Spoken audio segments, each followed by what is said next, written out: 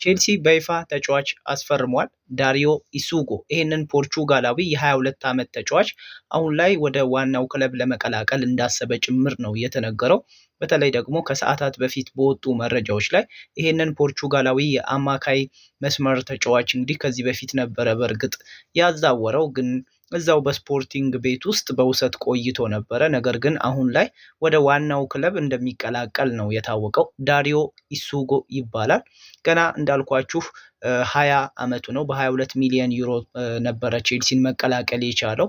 ስለዚህ ከዚህ በኋላ ይህንን ተጫዋች ምናልባትም በፕሪሚየር ሊጉ ላይ ተሰልፎ ሲጫወት ልናየው የምንችልበት እድል እጅግ በጣም ሰፊ ነው። ከዛ ባለፈ ደግሞ ለ8 ዓመት ኮንትራት ነበረ በቼልሲ ቤት ውስጥ የፈረመው እስከ 2033 ድረስ የሚቆይ ይሆናል ማለት ነው።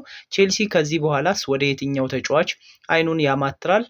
በተለይ የሊያም ዴላፕን ዝውውር ይፋ ካደረገ በኋላ ደግሞ ወደ የትኛው ዲፓርትመንት ይሄዳል፣ ደግሞ ወደ የትኛውስ ተጫዋች ይሄዳል ወይም አይኑን ያማትራል የሚለውን ደግሞ ለመከታተል እናንተ ፎሎ ማድረግ ይኖርባችሁ ይሆናል። ፎሎ ማድረግ ቤተሰብ እንሁን። ከዚህ በኋላ በርካታ ዝውውሮችም እንዲደርሳችሁ የቲኤስ ስፖርት ኦፊሻልን እንዲሁ ፎሎ፣ ላይክ፣ ሼር ማድረግ እንዳትረሱ። መልካም ጊዜ፣ መቻችሁ።